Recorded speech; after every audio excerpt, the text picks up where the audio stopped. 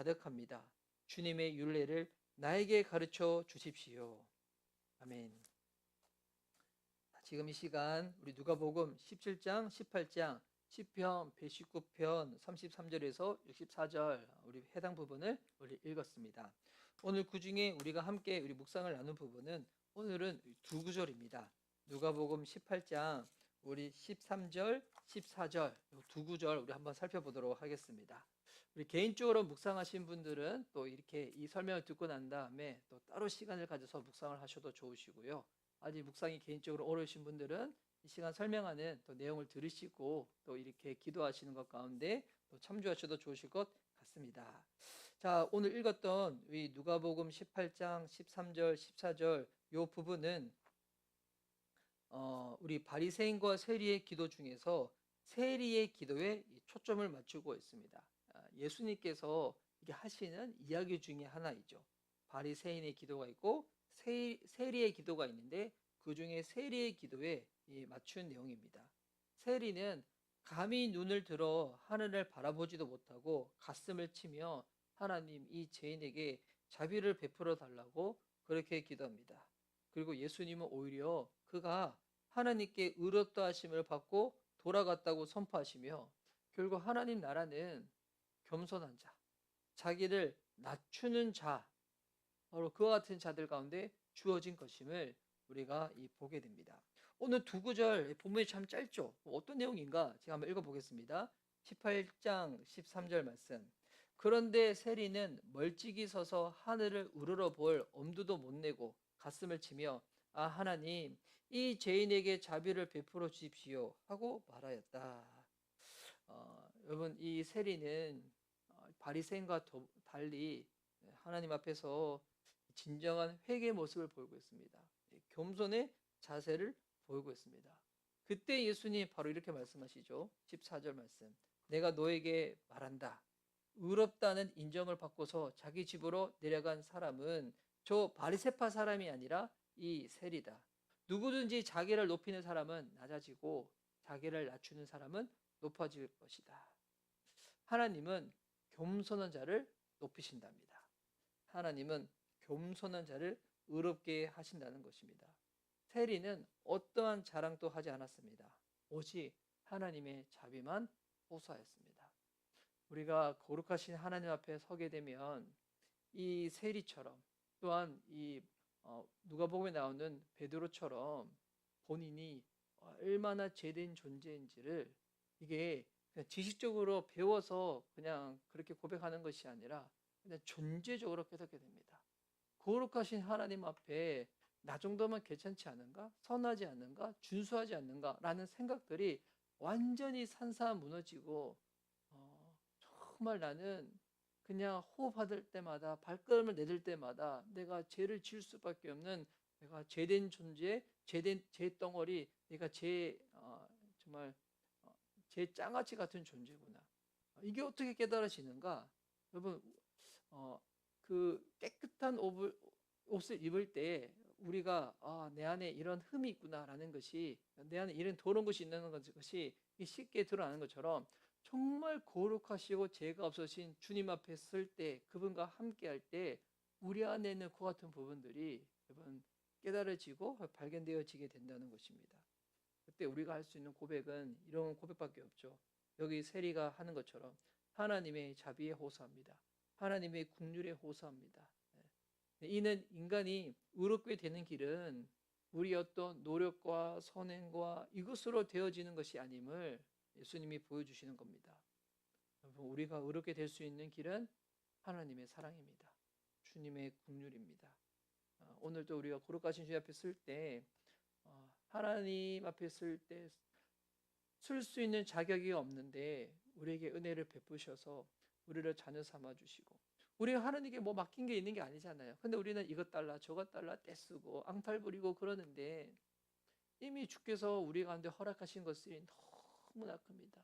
너무나 값진 것입니다.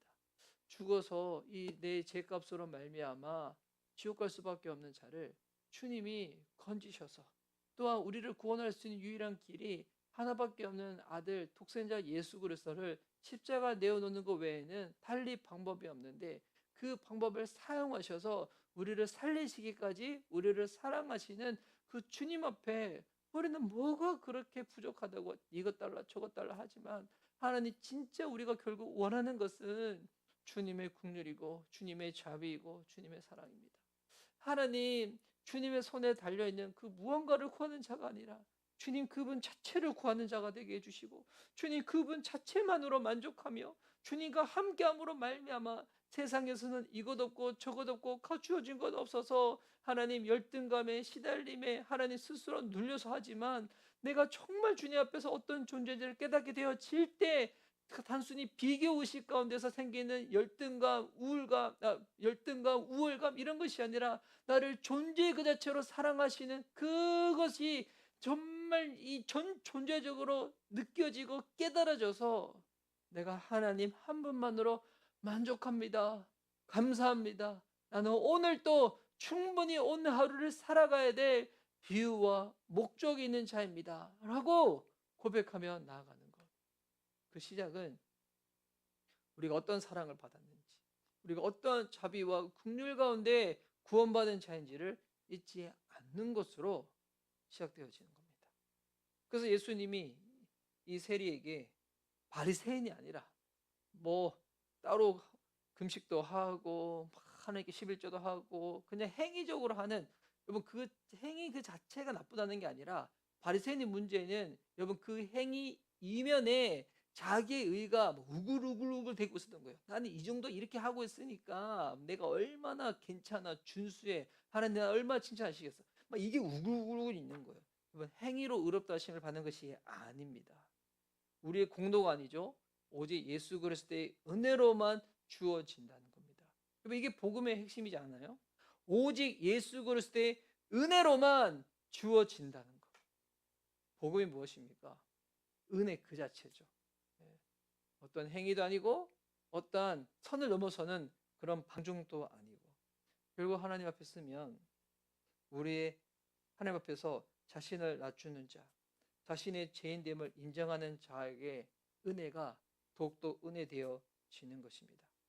이 하나님께서 우리에게 허락하신 이 복음을 우리가 깊게 묵상하고 성령의 도우심으로 이해되어지고 깨달아지게 되면 우리는 결코 스스로를 높일 수가 없습니다. 왜? 내가 한 게 아니거든요. 주님이 하셨거든요. 그리고 정말 복음의 은혜를 누리게 되면 스스로 눌리고 자책하고 절대 정죄하고 그럴 수가 없습니다. 이것 없고 저것 없고, 그리고 세상에서는 수와 규모와 사이즈 크기 이런 거 비교하면서 뭐가 낫다 뭐 하지만 뭐 그런 거로 절대 우쭐댈 수도 없습니다. 왜?